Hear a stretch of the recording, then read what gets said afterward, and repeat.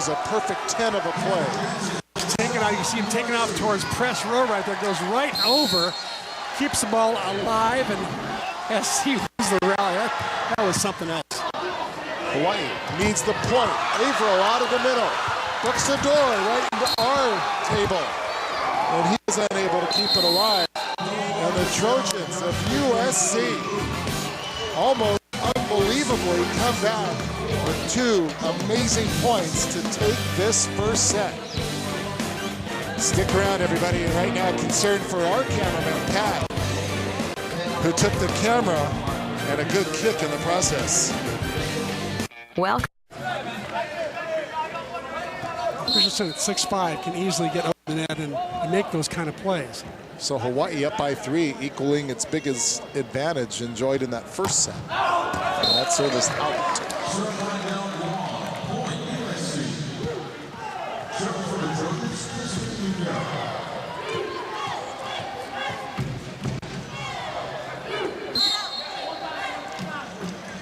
Christian Rivera, sophomore out of San Juan, Puerto Rico, back to serve it up the Trojans. Good serve off the tip. Marks, good job of getting that one up the set to Sador. Christensen keeps it alive, and then Rivera two-hands it over.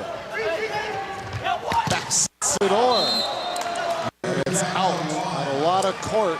Bit off a little bit too much. Point Trojans. Oh, Sador had a wide open court, one-on-one situation. Outside hitters drool for that kind of a set. And a baseball score, and it's not getting any better for Hawaii. Gonzaga leading 5-1 in the top of the 6th. And Matthew Cheap unable to get there, and a service ace by Rivera. There's that roll shot, that off-speed serve that I think is so effective, and every great jump server has to have that in their repertoire. Here's Rivera just taking a little bit off and putting it right in front of Matthew Cheap. So an early 3-0 advantage by Hawaii erased by the side out. A couple of natural points, even at 3, and Rivera back to serve it up again. First set going to the Trojans, 26-24. Watch for him to go back to the heater now. Marks. That's a service ace. Back to back by Rivera. JP Marks does not get aced very often. He's a pretty solid, steady passer, and Hawaii's leading digger as well. So unusual for him to get aced like that.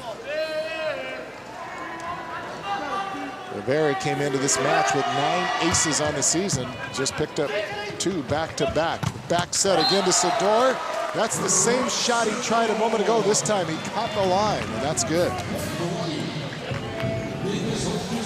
Nice back set by Joby Ramos. This time it's a one-on-one, and as you said, Sador capitalizes, does not make the same mistake twice. So Holt back to serve for Hawaii. Even at 4, and that's not a good serve.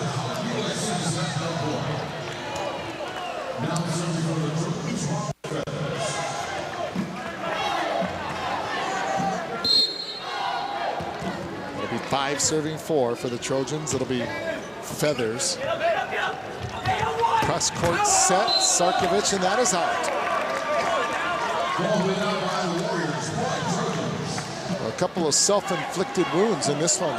And Sarkovic has struggled as of late. The last 4 or 5 matches, his hitting percentage hasn't been all that great. Part of that's because he's made a lot of hitting errors.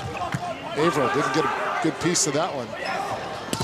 And then the block by Sarkovic, but again, it is out. He was right on it, one-on-one, but couldn't turn the ball back into the court. And it's 7-4 USC. Remember, they were trailing 3-0.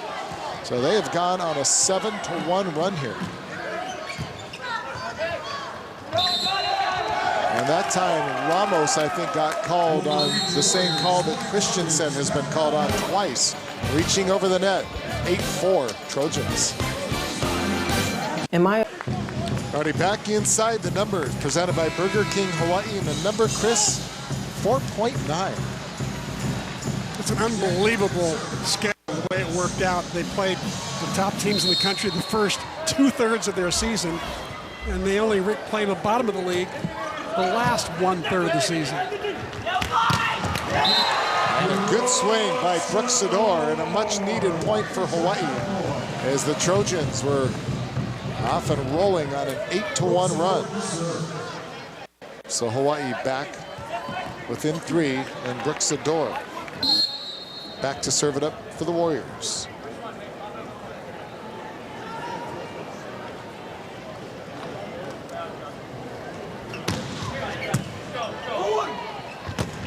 Quick set over the middle, and that is good. Point for the Trojans. Matthew Cheek tried to get out of the way there, but it caught him on the shoulder.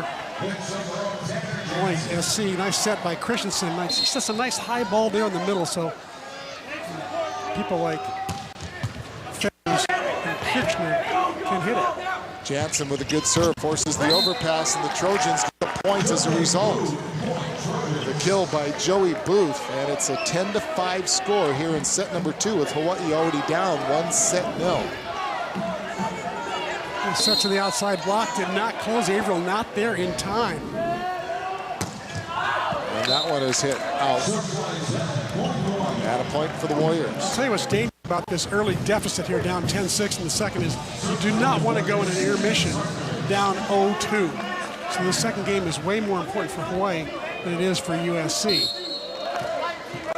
Are you talking about that strength of schedule? This is the first time the entire season that the Warriors have played a team outside of the top 10. That's beyond ridiculous, and that one is in. Just inside the back row. A swing by Kirchner, 2011 U.S. Youth National Team player. 2010, he won a gold medal at the U.S. Junior Olympics in the 16s division. Joey Booth back to serve with a 5-point advantage, and that one is in. Right there at the feet of J.P. Marks. The eyes and the brain wanted to go, but the body just couldn't get there. Joey Booth having quite a match so far. 7 kills so far. Picks up an ace right there. Ball's coming in fast. It was just one of those slow motion reactions and touch them off. Yeah, they took that one out of the ballpark.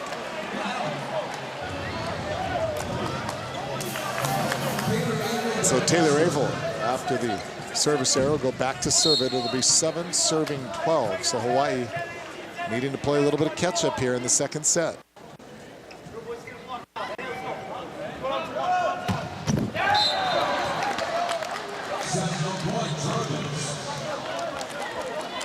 Well, again, USC over the years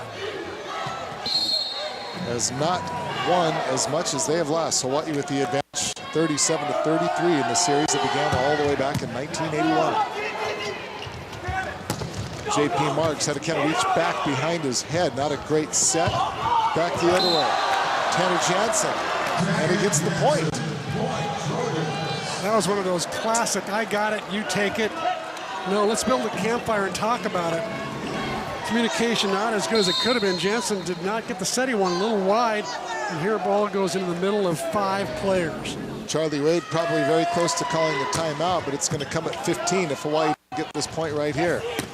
Marks, that ball just popped up by Jansen with the one hand, now out of the back row. Little roll shot by Booth. And Marks again blocked in.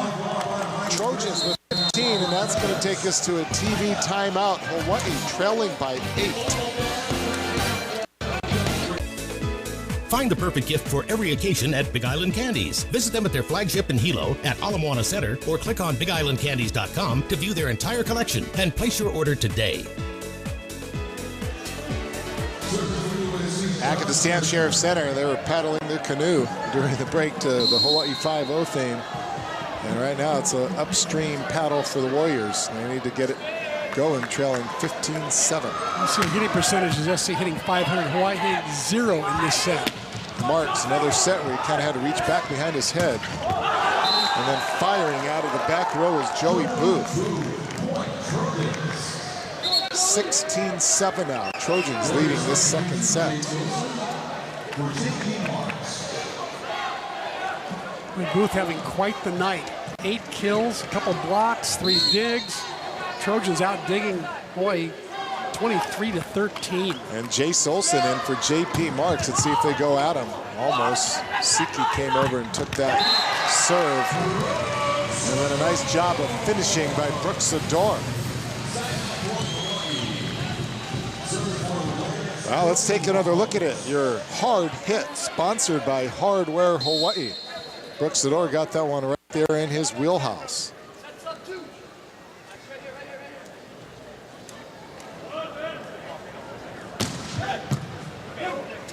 Good serve. And another big swing. And once again, it is Christian Rivera. And once again, your hard hit, courtesy of Brooks Adore and Hawaii Hardware. 17-8 now. And Christensen, and that's a service ace. Michael Christensen out of Kamehameha. You know, he's got some pretty good athleticism in his family. Mom, Charlene, with UH Hilo, played on was a three-time All-American, played on 2 national championship teams for Sharon Peterson back in the day. And her husband, Bob, Micah's father, also played basketball for UH Hilo. And he will confess that he is not the top athlete in the family. Here's Christian, there's Micah. He's played on 5 different junior and youth national teams. He's on the pipeline to play for the national team someday, the big national team. He's got it all going on. Great hands, got a great serve, terrific blocker. He leads the team in digging. He's got 6 digs tonight, leading the team. Now he's got the old ace machine going. You know, a lot of this talk, the last matches last weekend and now this weekend, about Hawaii playing, quote unquote, the bottom side of this conference. But then you see USC ranked 13 and you kind of shake your head because you look at their roster, you look at the talent, you just, that emblem, USC, and it doesn't really add up. And I asked you, and even before the match, you said they're a dangerous team, and if they're playing well, they could come out here and dominate. Yeah, well, they're just, their team is loaded with Fab 50 players. Billy Ferguson does as good a job as anybody of recruiting. He's got a roster just loaded with good players. Had a great recruiting class last year. He's redshirted a lot of them this year. So next year they're going to be really good. And on top of that, they've shown that they can beat the best. They beat UC Irvine when they were #1. They beat Stanford when they were #2. But then they've shown they can be horrible when they lost to number 14 UC San Diego and number 15 Pacific. Exactly. Go figure. But that also plays into what we've said about the parity in this league, that anybody can beat anybody on any given night, and it really stands true. Probably in this conference more than any other place you could apply that logic. And the battle is really going to be for that 8th spot. And these two teams are among that group of 5 that wants to get that 8th spot. If you can get in the tournament, which is 8 teams in the postseason, anybody can win that tournament. Jace Olsen in there now for J.P. Mark serving. Olsen keeps it alive, but Kobe Kanetake and now as libero unable to keep that one in. Another thing that we started seeing last week was the use of the dual libero, Matthew Cheap defensively and Kobe Kanetake when Hawaii is on serve. So Kobe Kanetake is the defense, plays for defense, and Cheap plays for passing. Holt blocked at the net. Christensen. And ball is mishit and out by Robert Feathers. Kind of feathered it, if you will, and missed it. A rare misconnection from Micah Christensen to Feathers. They usually are right on the money.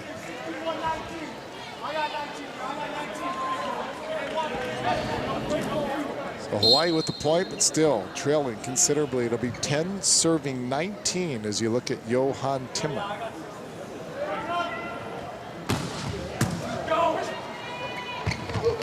Again, flying it out of the middle, and that's a point for Hawaii. I'm not sure if that ball ever actually made it over the net. We'll take a look if that was a block by Taylor Averill. I think it got all cable. I'm not sure Averill got it. Hard to tell. End result, point Hawaii. With a 9-point lead, SC could have. They're not going to complain too much about it. A lot of wiggle room. Hawaii with another chance. Back set. Sador, that's another point.